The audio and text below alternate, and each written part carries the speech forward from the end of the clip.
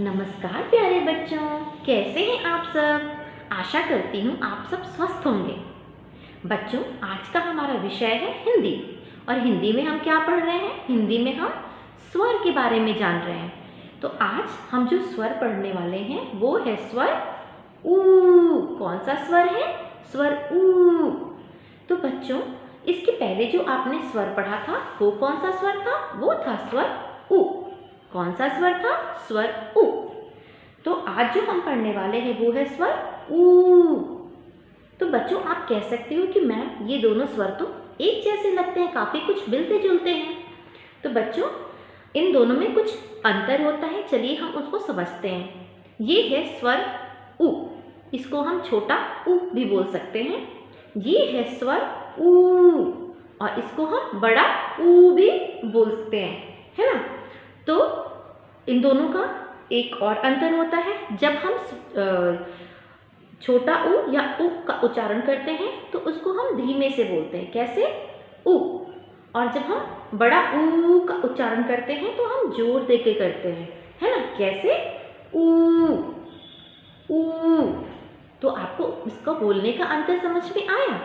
और इसको लिखने में भी थोड़ा अंतर है।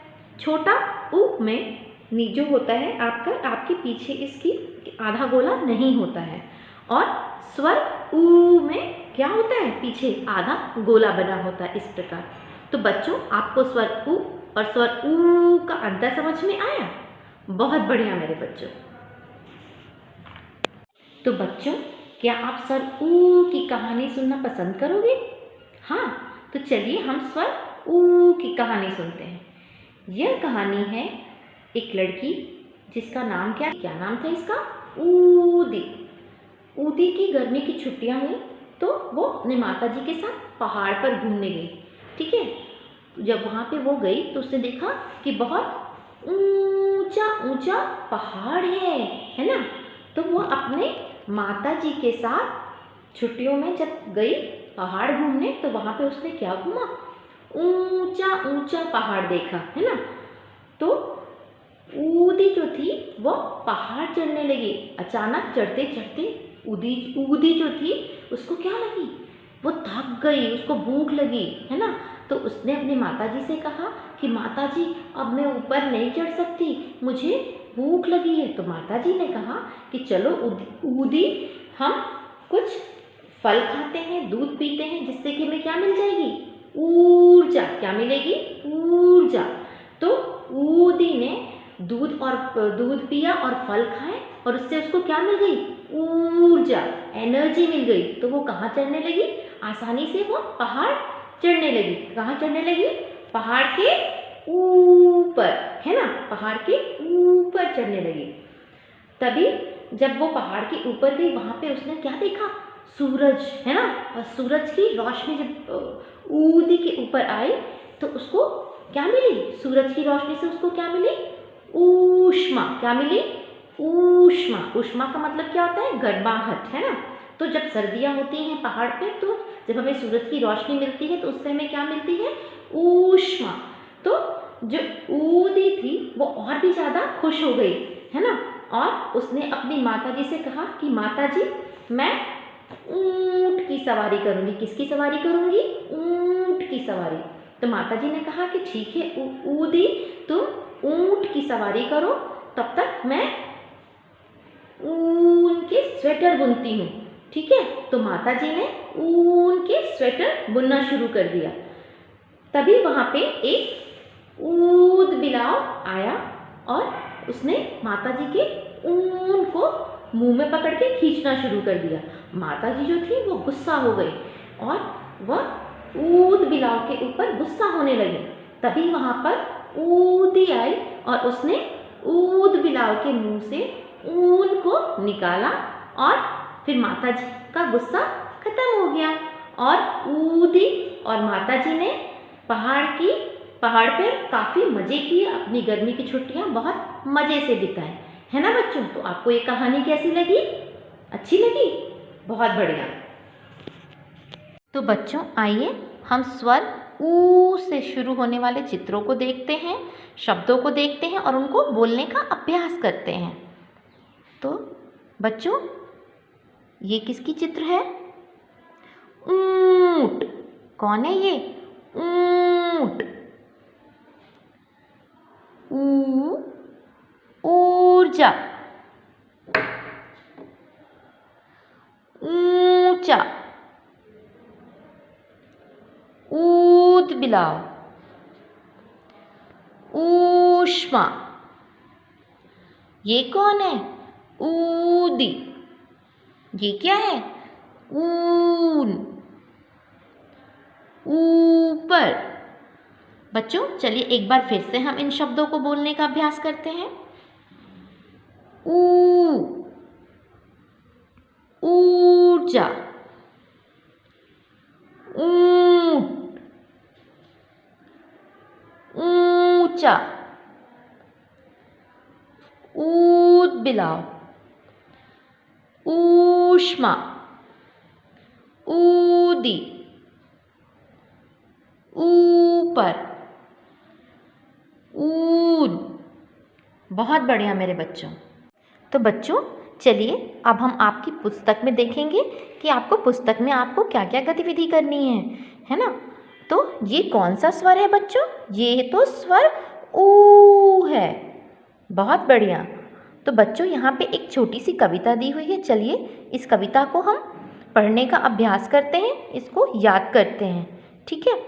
ऊ से ऊंट की करो सवारी, हम सब बैठे बारी बारी। ओ ये किसका चित्र है? यह तो एक ऊंट है। ओ और ये क्या है?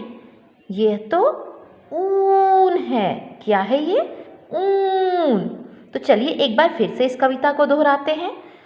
ऊ से ऊंट की करो सवारी, हम सब बैठे बारी बारी। बहुत बढ़िया मेरे बच्चों। तो चलिए इन चित्रों को देखते हैं, इनको पहचानते हैं और इनको बोलने का अभ्यास करते हैं। यह किसका चित्र है? यह तो ऊन है। क्या है ये? ऊन। यह कौन सा जानवर है? यह तो ऊंट है। कौन है? ऊंट। और ये जो लड़का है ये कहाँ जा रहा है? सीढ़ियों से ऊपर। कहाँ जा रहा है? ऊपर। बहुत बढ़िया मेरे बच्चों। ये कौन सा स्वर है? स्वर ऊ। तो आपको इसमें क्या करना है? स्वर ऊ की पहचान, दिए गए अक्षर एवं चित्रों में रंग भरिए। ये जो अक्षर है, ये जो स्वर है, इसमें रंग भरना है और यहाँ पे जो चित्र दिए गए हैं इनमें भी आपको रंग भरना है। तो चलिए इन चित्रों को पहचानते हैं। ये किसका चित्र है? यह तो ऊद बिलाव है। क्या है यह? ऊद बिलाव। यह क्या है? ऊन। ऊंट। तो बच्चों आपको इन चित्रों में रंग भरना है।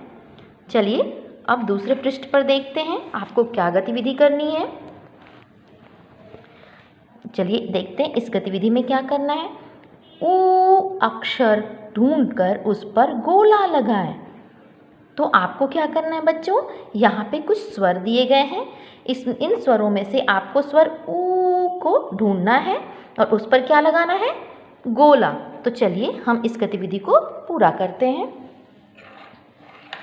तो आप इनमें से स्वर ऊ को ढूंढिए। तो क्या ये स्वर ऊ है?